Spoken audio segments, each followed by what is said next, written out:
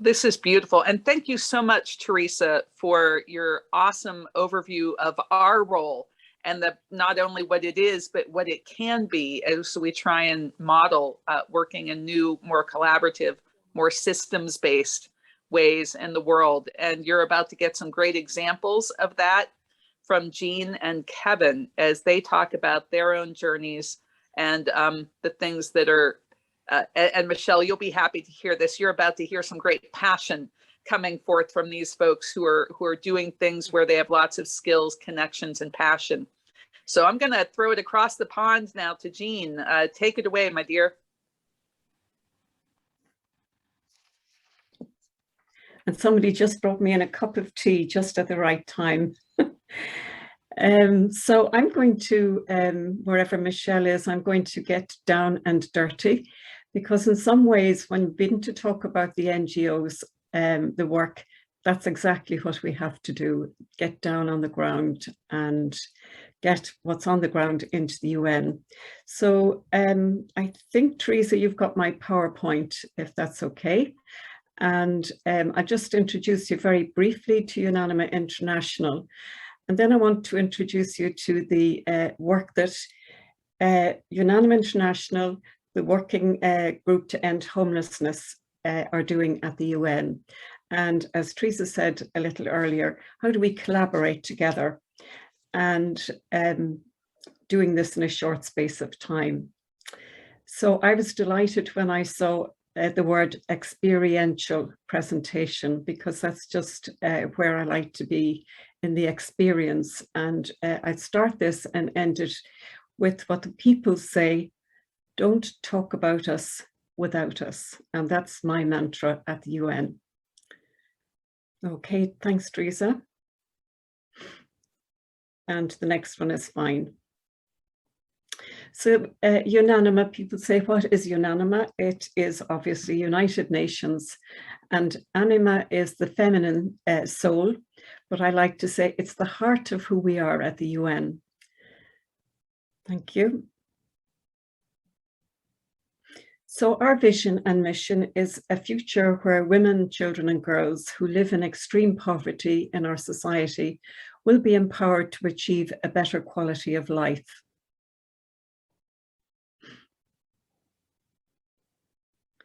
So as you can see, there are the areas we try to look at from the women, children's and girls perspective.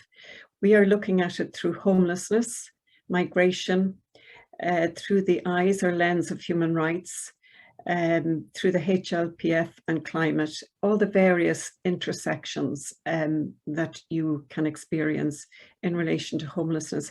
But we're not coming from street homelessness. We're trying to breaking the cycle within the family. So this is my favorite slide of all slides, because it goes back to somebody asked the question or said something about, where is your passion? Because I think it was Beth said when we came to the UN, and Sheila, Beth and myself, we were overwhelmed, 3 of us, and we set out to get support from different people who we knew would help us to begin to understand all these acronyms. What is anybody talking about? Teresa Blumenstein will remember in the UNANIMA office, somebody said, I'm going to trafficking, I'm going to migration, I'm going to, and I thought, oh my God, I've had to go to everything. Yet I knew my passion, and from my work life before I went to the UN, was around homelessness and breaking that cycle of homelessness. And would have done a lot of research both in Europe and North and South America, and worked a number of summers in France just to begin to get a good sense of what are we talking about when we talk about trying to break this cycle. So what I found myself was that we had to have a clarity of focus. And that dovetailed into the Vincentian family at the same time as UNANIMA International. We're looking at homelessness. They were looking at street homelessness. We were looking at family homelessness, and they both dovetailed together. So here we are with a good, we started off with 6 groups, and we're now, I think, about 23 in this group. So we had a very good clarity what we were about. Then we had to get information that we're looking for. What are we talking about when we talk about global homelessness? So for me then, that was getting, walking around New York, meeting all the groups that we could meet, going to Geneva, meeting representatives in Geneva, meeting representatives at the UN, which I'll come back to later because of our resolution, and mobilize and create awareness among others. How do we do this together? How will we connect to do this at a subject that has never been brought up at the UN? A new subject, 2017, and here we are in 2021, but we know now that it is in there. So we had to do direct advocacy at the grassroots, involve our members, involved as many people both that we knew and we didn't know, but knew they were interested in homelessness. And then, of course, you have the boomerang, the advocacy, and that sets us out. You go from the passion right to the advocacy. So it's that kind of a journey, and I keep saying that maybe as I'm going along. So the next one, Teresa.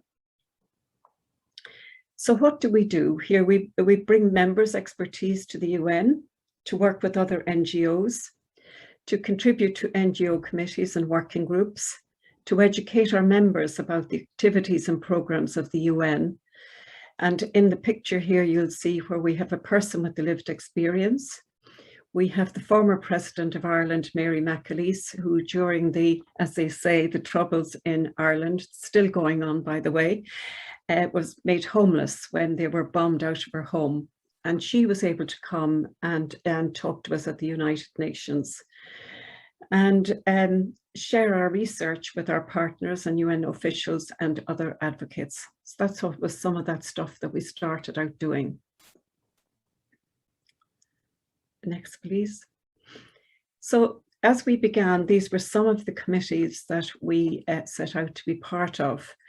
Was the Committee on Social Development, or for Social Development, Migration, the Working Group to End Homelessness, the Major Group, though to a lesser degree, because again, it's about personnel, and UN Habitat was important because of the issue around housing, the right to adequate housing, and to be able to work with people from very different experience, both academia, architectures, planners, all that kind of thing.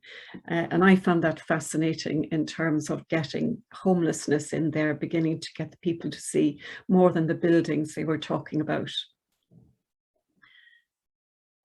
And so these were the frameworks that we worked under. The obviously Beth has just talked about the 2030 agenda, the Declaration of Human Rights, and we worked particularly with the former Special Rapporteur on Adequate Housing, Leilani Farah, looking for the right to housing, the human right to housing that everybody should have.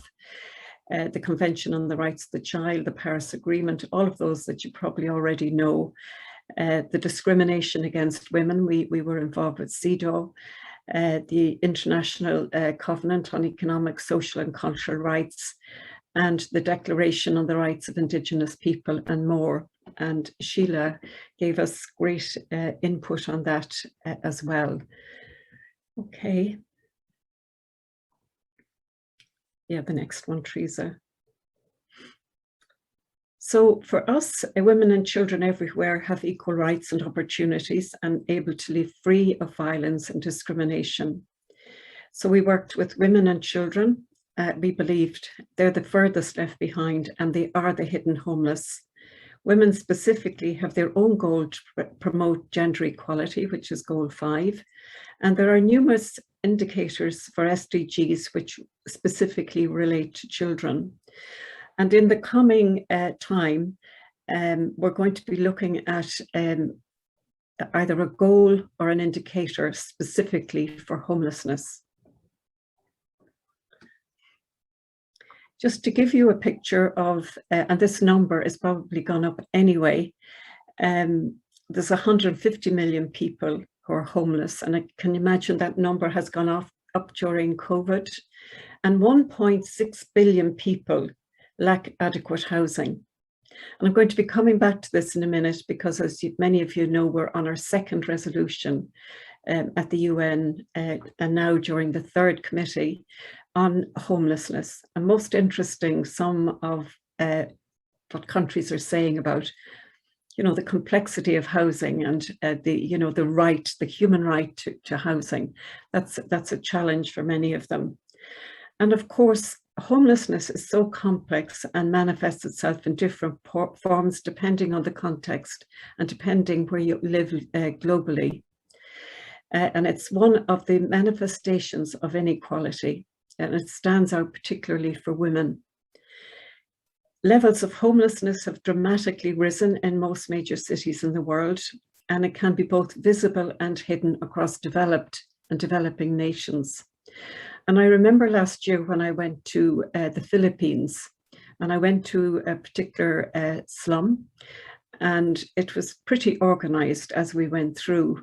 And as I got through to the very end, in a field that was full of mud and everything, was the hidden homeless, was the women with children on pretty grim land. And that was important because when I came back, I went to the expert meeting in Nairobi, and I was able to show what I had seen on the ground at grassroots level, the hidden homeless.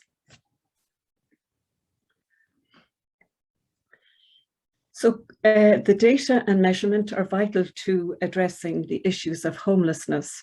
And that's probably debatable a little bit at the moment with the Statistical Commission, with the all of us working on the resolution at the moment in terms of data and how that's got. So we're still in conversation with the Statistical Commission about that. What we do know is that homelessness is affecting every country globally. It's on the rise. The whole area of a definition is something that countries don't like, because if they give a definition, it means then they have to know what's going on in their country.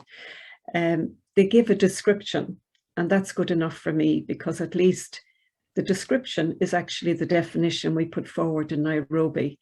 So it's either you look for things that you want to win and let go of others that you're not going to.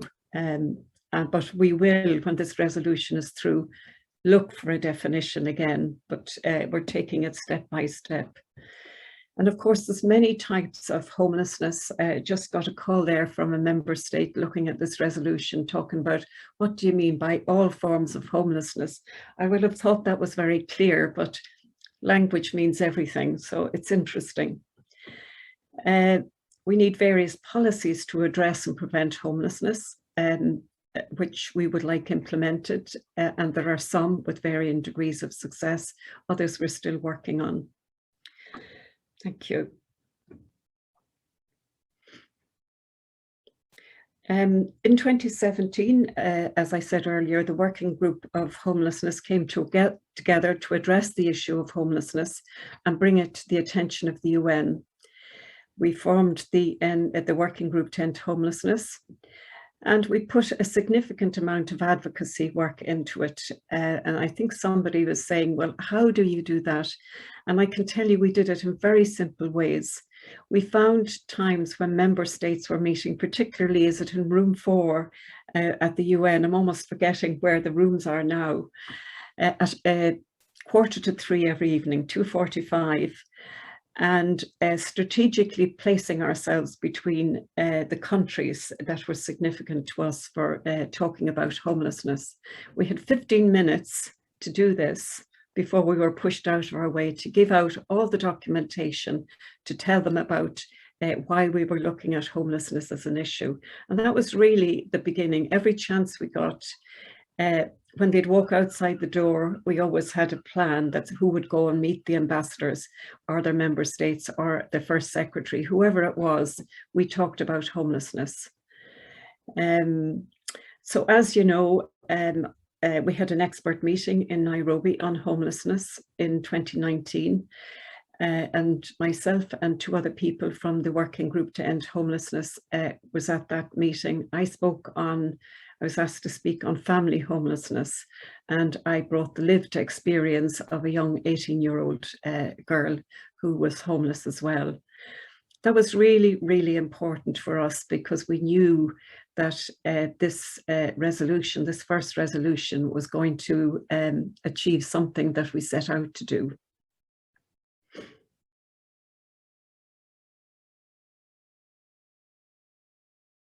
And this is the expert group coming from various backgrounds in Nairobi.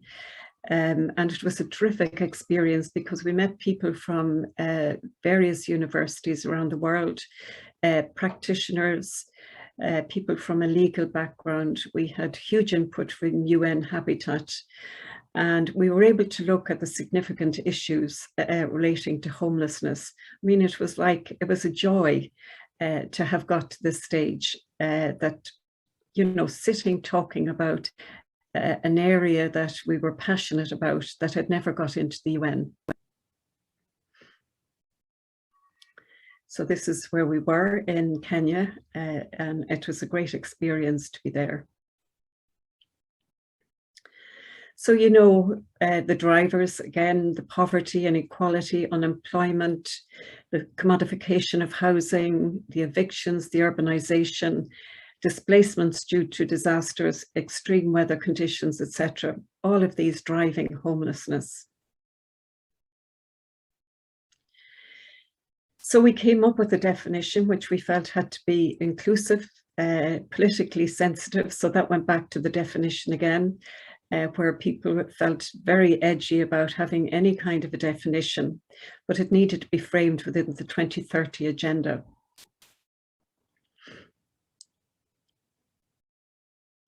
And this is what we came up with: is homelessness is a condition where a person or household lacks habitable space with security of tenure, rights and ability to enjoy social relations, including safety. Homelessness is a manifestation of extreme poverty and a failure of multiple systems and human rights. So that actually was our definition, but it's now described, or as a description, if you like, in the first resolution. So it's there anyway around, so I'm happy with that.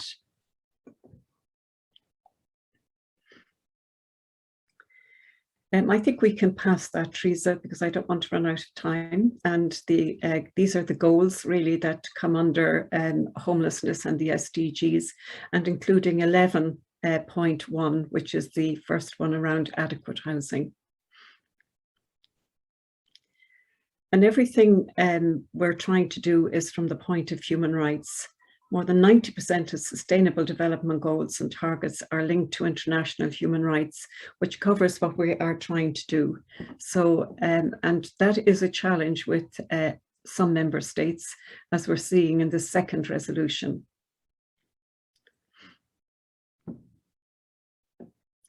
Again, Geneva, we're working with the group in Geneva. We've been there a few times, and we're trying to have a paper on homelessness presented in Geneva. And the next one, Teresa. So our advocacy is really about the support of an idea, as I said at the beginning, your passion, and then your plan of how you're going to do it. Next. So how do we do it? It takes place at the international level when members of civil society interact with heads of state, government officials, and international agencies and actors. And as I said earlier, it's finding the right way to do this. Where will you meet the member states, and how will you meet them? And even I have found, when we were doing the first resolution, to have got a few member states who began to show interest. So you get them, and then they will get others. And that's how it escalated. And I've actually seen it working, and heard what they said and how they're going to do it. I think what's important too is research. And Teresa talked about making interventions. We found ways of, any way we could, we were organized to make an intervention anywhere we could. Thank you. So we do this, obviously it's all about communication, educating the legislators, educating the public, organizing rallies, training, lobbying, anything. All of us that do that anyway, but that's how we went about it. We heard the call from our members, women, children and girls globally, for the growing issue of family homelessness. Since 2018, we've put time and resources into advocacy through research on the issue, and added to that now trauma.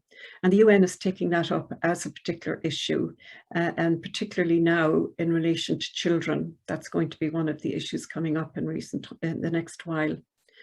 We share our research, educating and advocating with conviction and reliability, and becoming known as experts.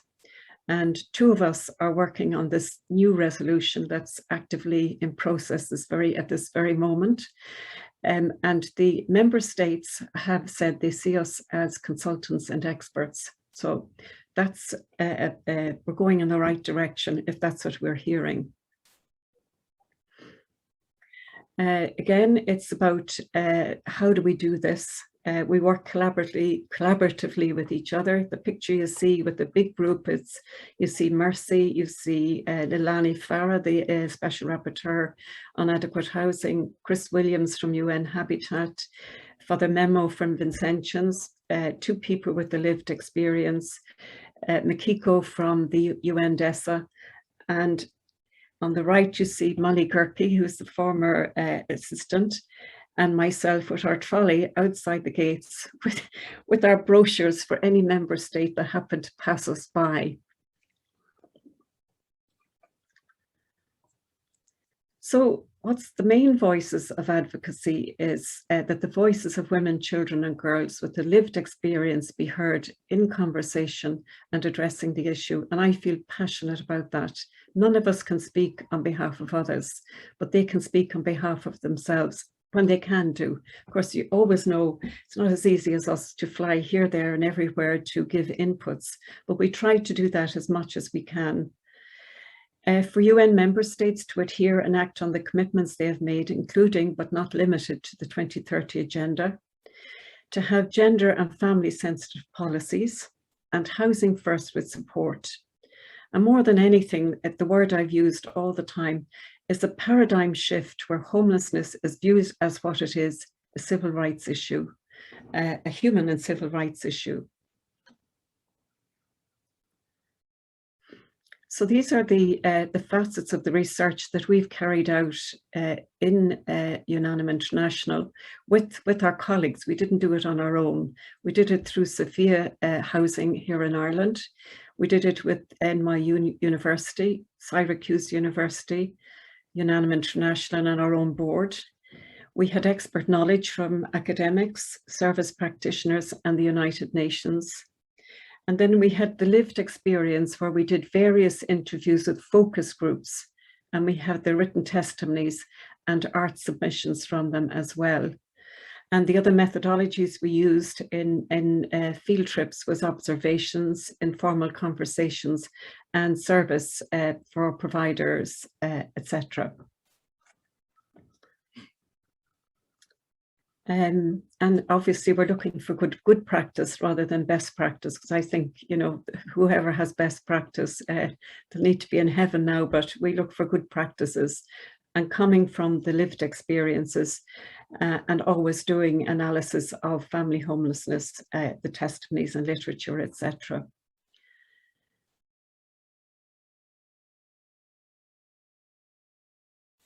We can pass that as well, because I think it's covered, Teresa. These are our publications. We have another one, a fifth one, but it's really looking at the intersection of homelessness. Both, you see the ones, family homelessness through the lens of the United Nations, so we've done two of them. And we had reflective questions with them. The other one was family homelessness and trauma, and then homelessness and what's the other one? Trafficking, apologies. And they were important really in terms of, we've put them out there for the EGMs, for they have them for this, the resolution, etc. And it has been helpful.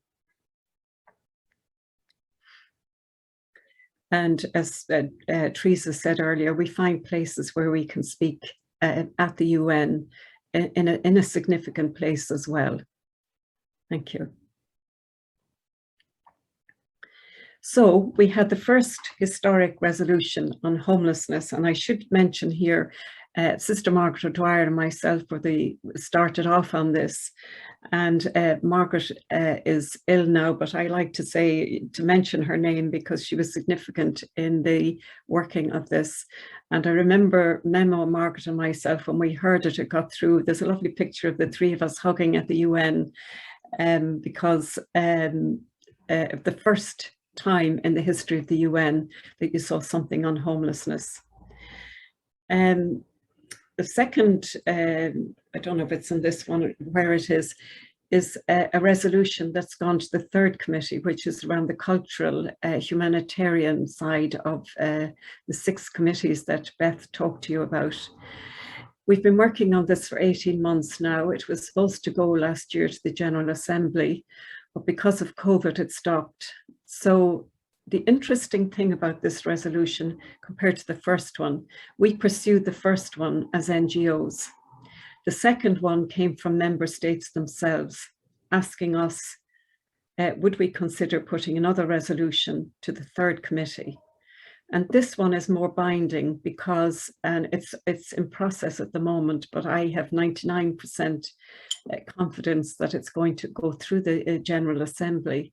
And what happens then is that the 193 member states every 2 years will have to give a report on progress on homelessness in their country. And that is very, very significant.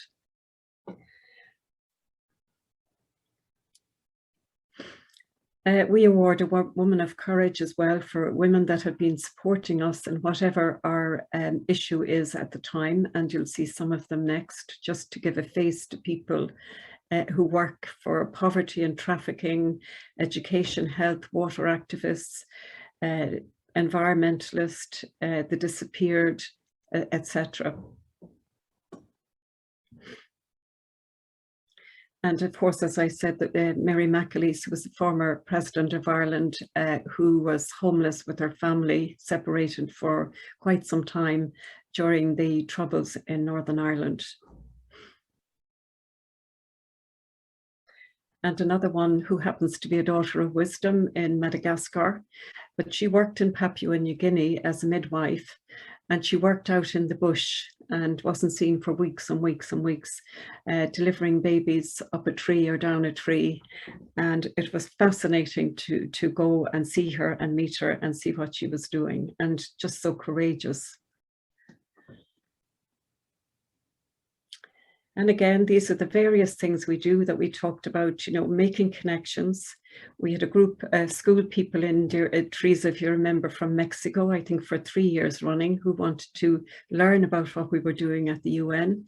The former Special Rapporteur on Extreme Poverty, Philip Alston, who was a great, great advocate in terms of what we were doing on homelessness. And then meeting up with somebody with the lived experience who spoke at the International Day for the Eradication of Poverty. It just puts a face on some of what we're talking about. Again, just different places we can find ourselves, both in and outside the UN.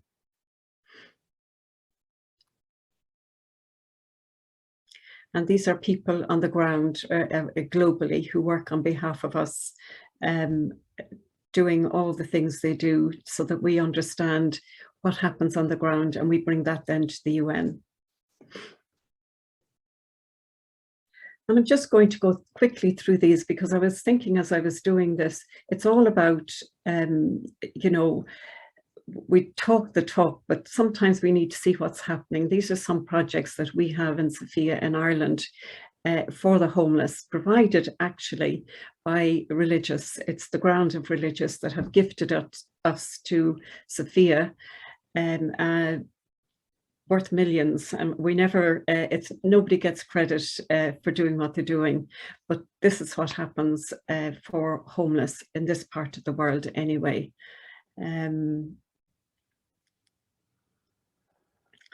Yeah, It's all about providing good quality housing. And then it's about the nurturing centre, you know, giving children what they need and the experiences they need. And I met a little girl last week that is living 3 years in a hotel in Ireland, a wealthy country, but they can't get housing. And we take her into Sophia. She's collected on a bus every day, and this is her life.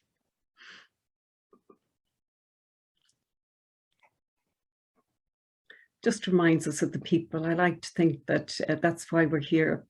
And again, as part of something I set up, I was given a gift of quite a substantial amount of money to build a wisdom centre that would give the people the space they need. Sometimes when their heads explodes with all this that's going on in relation to their homelessness, which isn't about the housing, but it's down in the soul and heart of the soul of who they are. So that's it. And as I said at the beginning, the people say, don't talk about us without us.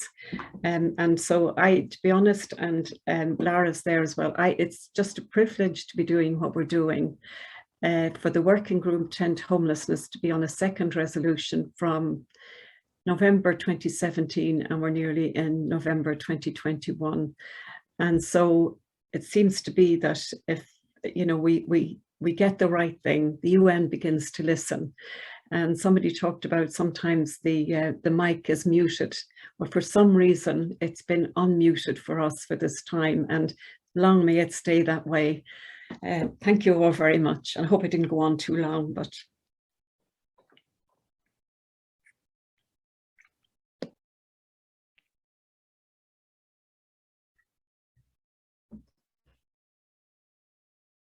Thanks so much, Jean. And I know you're hoping you have another meeting at 11, so that you're going to need to transition to. So perhaps we could take questions right now, if anyone has any questions for Jean before we move on to hearing from Kevin.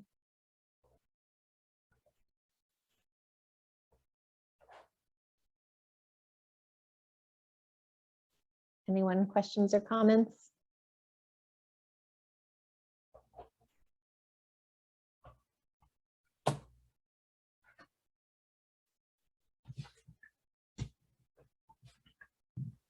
I don't know about you all, but I think I'm going to need to watch that presentation 2 or 3 more times over before I can get my questions together for you, Jean. This is just fabulous, the way you've been able to link the local and the national and the international. It's a wonderful example for us all. Thank you so much for being with us today and for the inspiration you provide to each of us through RUN and creating a new working group. And Michelle had asked the difference between working groups and committees. And in my mind, they're pretty much the same thing. Is there a distinction I'm missing?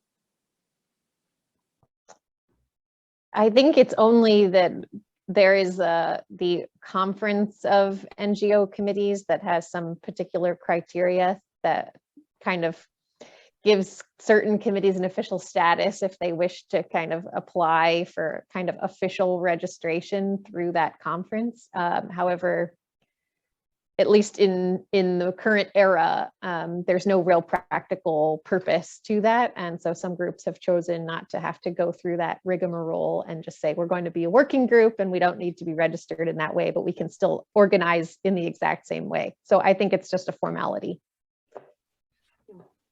Thank you so much. I have a question, just trying to understand, you said UNANIMA was composed of 23 groups. So is that, do you work in the way JCOR comes together with periodic meetings, or it sounds like you must be constantly at it together? This is tremendous work that you've been doing. Unmute. Oh. We are members of JCOR as well, Yeah. but it's a separate organization with a separate task. But sometimes I think they're not dissimilar, you know, as we gather with RUN, JCOR, UNANIMA. I suppose the difference is that we have a focus in terms of the work we do.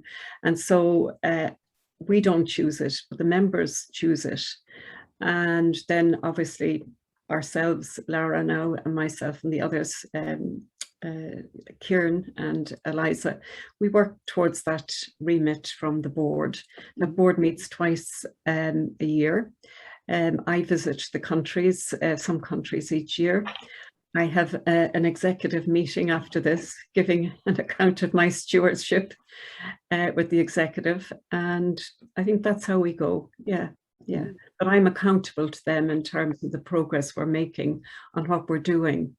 I suppose one of the other good things I would offer as well, that when I took over as the director, we had in a consultant who worked with us. She was from the UN at the time, and she gave us the strategy to work towards as a whole group. Sort of was, they had the directors were going to be working on the ground.